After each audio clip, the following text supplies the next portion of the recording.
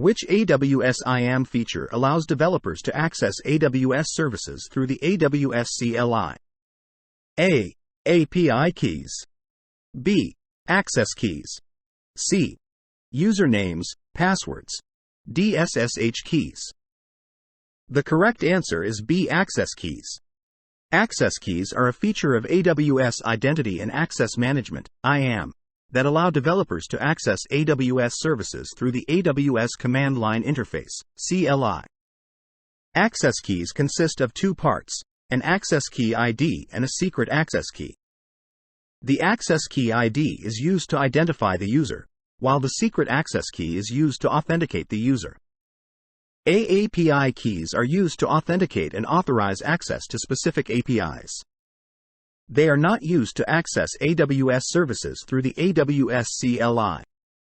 B. Access keys are used to authenticate and authorize access to AWS services through the AWS CLI.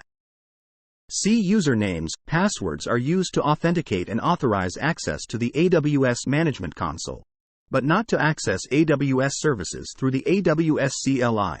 D. SSH keys are used to authenticate and authorize access to AWS services through SSH, but not through the AWS CLI.